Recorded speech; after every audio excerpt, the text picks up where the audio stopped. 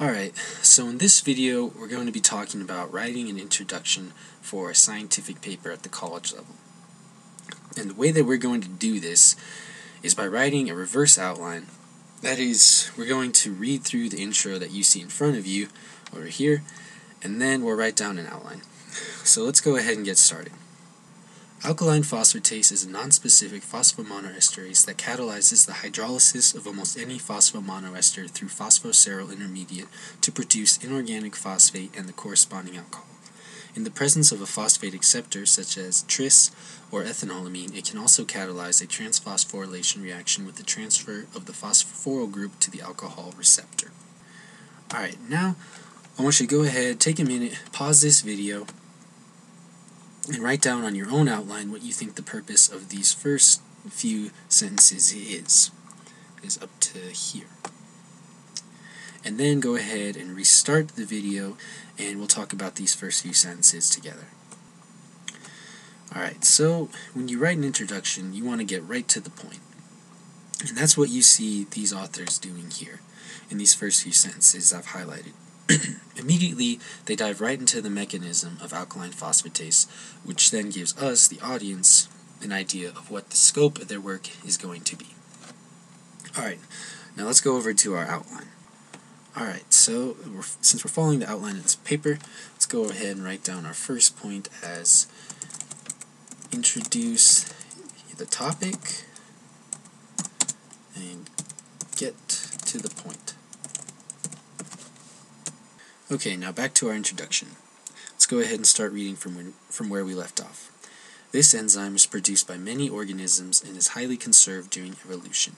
As a prototype for all alkaline phosphatases, E. coli alkaline phosphatase has been extensively characterized. Its encoding gene has been sequenced and X-ray structure has been resolved and refined to 1.75 angstroms resolution.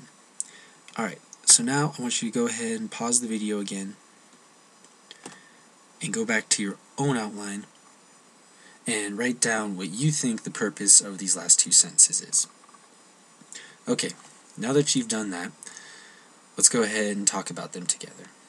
So when you're writing an introduction, it's always important that you establish the relevance of your work. Tell your audience why your work is important to them. And that is what you see being done here. We know that from these few sentences, we know that E. coli alkaline phosphatase is a good prototype for all alkaline phosphatases because it has been extensively studied and characterized. Alright, now let's go back to our outline. So let's go ahead and write our second point as establish relevance. Okay, now let's go ahead and start dissecting this second paragraph. E. coli alkaline phosphatase is a homodimeric metalloenzyme consisting of 449 amino acid residues and 1 magnesium ion and 2 zinc ions per monomer. The phosphate or the phosphate portion of substrate is held by zinc 1, zinc 2, as well as arginine 166. Recently, a revised double inline reaction mechanism involving 3 metal ions was proposed, which indicates upon binding of the substrate phosphomonoester, the serine 102 oxygen becomes fully deprotonated. Alright, so I'm going to go ahead and start reading right there, but for those of you watching, go ahead and finish reading this entire paragraph. I'll highlight the whole thing. And then, once you're finished reading, go ahead and pause the video and write down on your own outline what you think the purpose of this paragraph is. And once you've done that, go ahead and start the video, and we'll go over it together. Okay, now that you've finished your outlining this second paragraph, let's go over it together. So hopefully you all came to the conclusion that the second paragraph really is just background information. So if you read the title of this paper, you would know that the goal of this research is to enhance the activity of E. coli alkaline phosphatase. Well, in order to do that, first we're going to need to know how this enzyme functions. And luckily for us, these authors were kind enough to educate us a little bit here in the second paragraph. And if you read it, you know that they're just talking about the active site of this enzyme and how it works. So now we're starting to get a sense of what kind of chemistry is taking place in this enzyme. Alright, so now back over here on our outline, I'm going to go ahead and write this third point as background information. Alright, now let's go ahead and continue on to the third paragraph.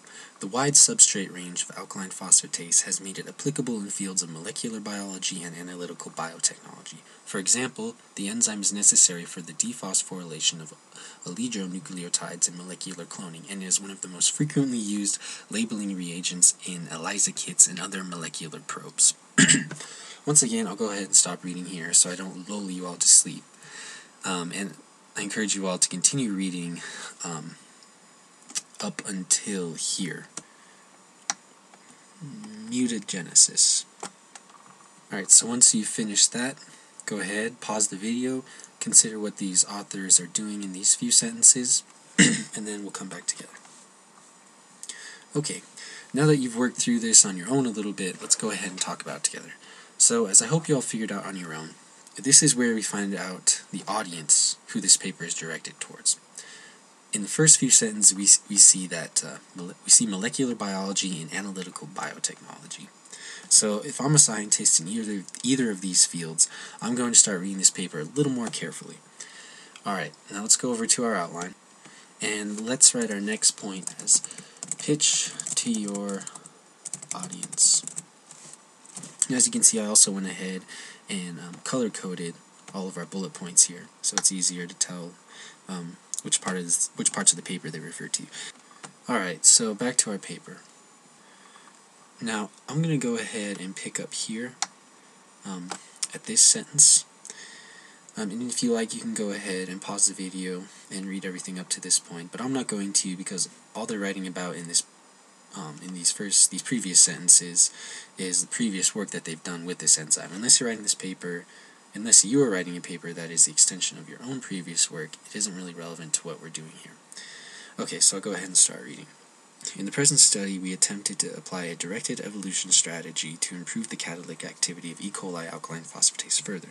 In order to retain the D101S beneficial mutation in the catalytic residue serine 102 simultaneously, we chose to evolve the Pho-A fragment encoding residue 119/449. Alright, so I'm going to go ahead and stop here, but I want you all to, when you pause the video, go ahead and continue reading all the way up until the end of this paragraph. Then, go ahead, go back to your outline, write down what you think the main idea of these last few sentences is, and then start the video again and we'll talk about it all together. Okay, now that you've all worked on it yourself for a little bit, let's go over these last few sentences together and see if we didn't come to the same conclusions. So what I see being done here at the end of this paragraph is a very brief overview of some of the instrumentation being used and sort of declaration of the purpose. Now, as you probably already know, you absolutely have to state what the purpose of your experiment is. That way, there's no confusion on what problem you're trying to solve with your experiment. In the case of this paper, we already knew the purpose from the title, but we see it being restated here again. I think most likely because you'll notice as you continue reading, like this last sentence here, or the second to last sentence, we get a short overview of the methods that were being used. So now we have an idea of how they went about conducting their research. Alright, so back here on our outline, I'll go ahead and write this last bullet point as state your purpose and your methods. Once again, that's in a very brief fashion.